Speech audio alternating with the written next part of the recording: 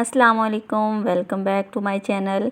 आज मैं आपके लिए यूट्यूब पे पहली दफ़ा ये रेसिपी लाई हूँ। आज तक किसी ने आपको ये रेसिपी ना बताई होगी और ना ही आपने खाई होगी, ये मेरी गारंटी है। बहुत ही मज़े की लजीज और आसान बेसन की टिक्कियों का सालन मैं आपको बनाना सिखाऊंगी।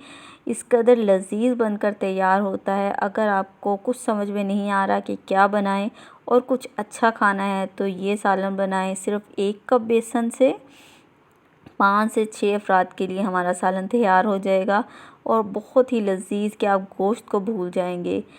रोटी के साथ खाएं या चावलों के साथ खाएं, हर तरीके से ये आपको बहुत ही ज़्यादा पसंद आने वाली है। चलिए जी स्टार्ट करते हैं। बिस्मिल्लाहिर्रहमानिर्रहीम।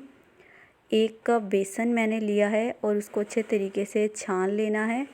1 टेबलस्पून नमक मैंने डाल दिया है और इसके बाद मैं डालती हूँ इसके अंदर 1 टेबलस्पून लाल मिर्च पिसी हुई इसमें डाल देंगे। साथ ही ज़ीरा पाउडर मैंने हाफ़ टी स्पून इसके अंदर शामिल किया है। हल्दी भी हाफ़ टी स्पून इसके अंदर शामिल करेंगे ताकि अच्छा सा कलर आ जाए। तमाम मसालों को अच्छे तरीके से मिक्स कर लेना है। इसके बाद धनिया पिसा हुआ मैंने मिक्स कर लिया है। अच्छे तरीके से तमाम मसालों को यकजान कर लें और पानी डाल के हमने इसको मिक्स कर लेना है। कंसिस्टेंसी आपने देख लेनी है। हाफ़ कप से भी कम पानी मैंने इसके अंदर डाला है। ना तो बहुत थिक आपने तैयार करना और ना ही बिल्कुल पतला होना चाहिए। देख रहे हैं किस तरह ये ना तो बहुत गाढ़ा है और ना ही बहुत पतला है। इसी तरीके से आपने तैयार करना है। सेम इसी तरीके से आपकी रेसिपी बहुत अच्छी तैयार होगी इंशाल्लाह ताला। पानी मैंने गर्म होने के लिए रख दिया है देगची में। आपने पानी खुला लेना है। थोड़े पानी में ऐसे ये काम नहीं करना। थोड़ी छोटी टिक्कियाँ मैंने इसकी बनाई है बेसन की हाथ पे ही और इसके अंदर मैं डालती रहूँगी। पानी जब उबलने लग जाए तब आपने इसके अंदर टिक्कियाँ डालनी हैं। देखिए मैंने हाथ को पहले थोड़ा सा गीला किया है। जब भी आपने लेना है मिक्सचर हाथ के ऊपर थोड़ा सा हाथ को पहले गीला कर लेना है। इस तरह फैला के दूसरे हाथ से उठाकर फिर हम इसको उबलते हुए पानी के अंदर डाल देंगे। उबलते हुए पानी में तकरीबन मैंने इसको आधा घंटा पकाया है। बहुत ही आसान तरीके से, बिल्कुल हाथों के साथ चिपकेगा नहीं। अगर आप पानी थोड़ा सा हाथों के साथ लगा लेंगे बिल्कुल गोल गोल आपकी टिक्कियाँ तैयार होंगी। इस मिक्सर को ऐसा ही रखिएगा। तमाम इसी तरह मैं डालती रहूँगी इसमें।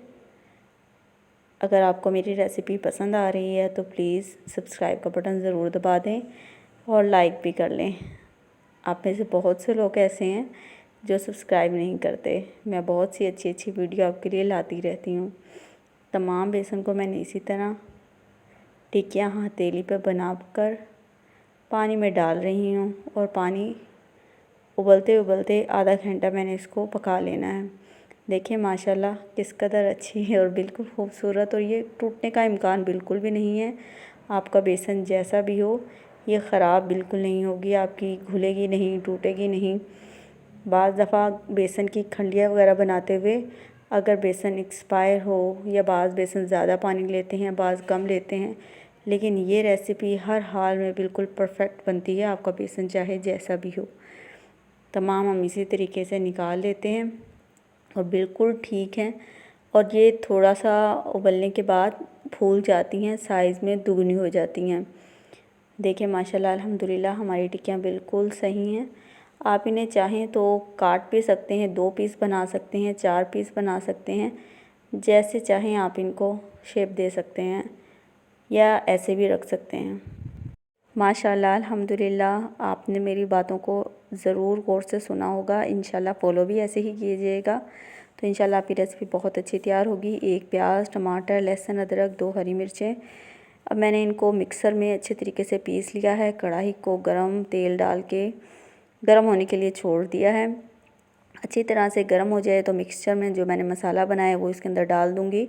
अगर आप मोटे मोटे प्याज काट कर इस पॉइंट पे फ्राई करते हैं तो उससे ग्रेवी इतनी अच्छी तैयार नहीं होगी। तो आप अगर मिक्सर में कर लेते हैं तो वो ज़्यादा अच्छी और ज़्यादा थिक ग्रेवी आपकी ज़्यादा टेस्टी लगेगी। प्याज को मैं लाइट ब्राउन होने तक फ्राई करती रहूँगी और साथ साथ मसाले शामिल करेंगे। सबसे पहले मैं इसमें डाल रही हूँ हल्दी पाउडर 1 टीस्पून, कलर बहुत अच्छा सा आ जाए। इसके बाद लाल मिर्च हाफ़ टी स्पून के करीब, आप अपने टेस्ट के मुताबिक कम और ज़्यादा कर सकते हैं। नमक भी मैंने हाफ़ टी स्पून के करीब डाला है। गरम मसाला पिसा हुआ। तमाम मसाले अच्छे तरीके से आपने भूनने हैं। धनिया है पिसा हुआ। अब मसालों को भी अच्छे तरीके से कच्चापन दूर कर लें, भून लें।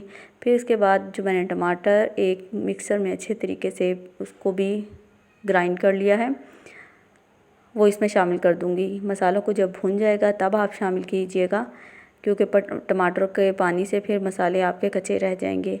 मसाला जितना अच्छा आपका भुना होगा, खाना आपका उतना ही ज़्यादा लजीज बनेगा।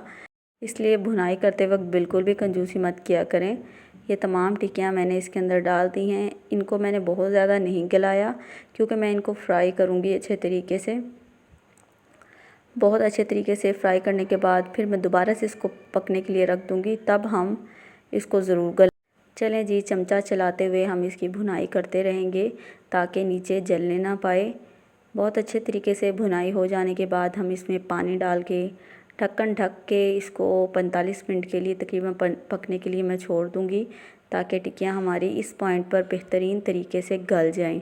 अगर आपको मेरी रेसिपी पसंद आई है तो बराए मेहरबानी सब्सक्राइब का बटन ज़रूर दबा दें। मैं बहुत अच्छी और बहुत ईजी रेसिपी आपके लिए लाती रहती हूँ। अब हम इसमें पानी डाल देंगे, क्योंकि मसाले ने घी छोड़ दिया है, इसका मतलब भुनाई बहुत अच्छी हो चुकी है।